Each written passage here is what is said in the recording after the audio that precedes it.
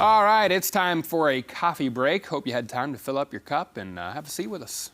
That's right. A couple of fun and interesting stories here for you. Our first, from South Carolina. An officer pulls over an elderly man this past Sunday, and she got an unexpected lesson when pulling that man over. The man was stopped for not being able to maintain his lane while driving, and after going through the usual process of a traffic stop, she asks, "What you been doing tonight?"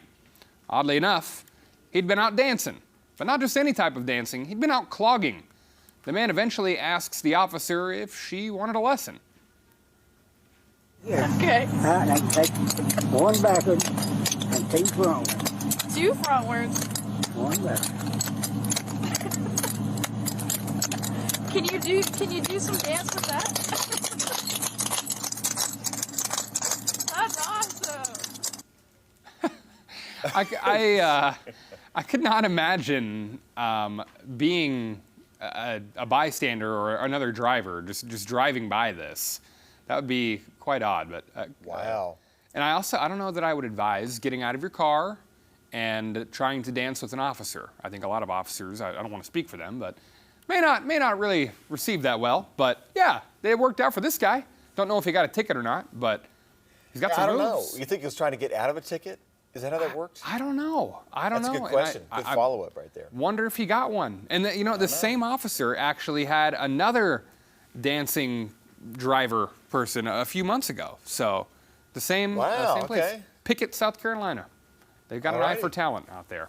Our next story, Ed Sheeran is celebrating. He's won his copyright infringement case. The jury decided that he did not plagiarize his song, Thinking Out Loud. He jumped on top of a car in New York, I guess, to celebrate here, and he sang to a crowd of people. He did his recent single, Boat, on top of that car. Makes sense to sing on top of a car. Yeah, Boat. I think so. Yeah. So yeah, Ed Sheeran did not plagiarize the song Let's Get It On, according to a jury by Marvin Gaye there. So Now, that's the second or third time he's been in those kind of copyright situations, isn't it? I think I remember Could once be. before when he first started, he was accused of quote unquote stealing someone else's song, and it was kind of the same situation. He won, and it ended up not being true, but I think this is the second time that's happened. wow, undefeated Ed Sheeran is. That's right. So it's one of those things like people trying to, I get that kind of ripping off a song is a no-no, but people will do cover songs and, take inspiration. Yeah. So Right. these things, they happen. Now to a much bigger concert than that one that you just saw there from Ed Sheeran. Taylor Swift fans were forced to shelter in place over the weekend at the Superstars concert in Nashville.